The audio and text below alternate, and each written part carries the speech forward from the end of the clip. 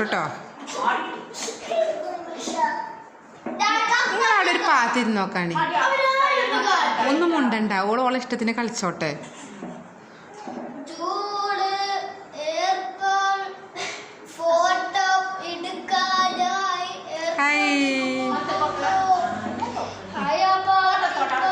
നീ പോയിക്കോ, നീ പോയിക്കോ.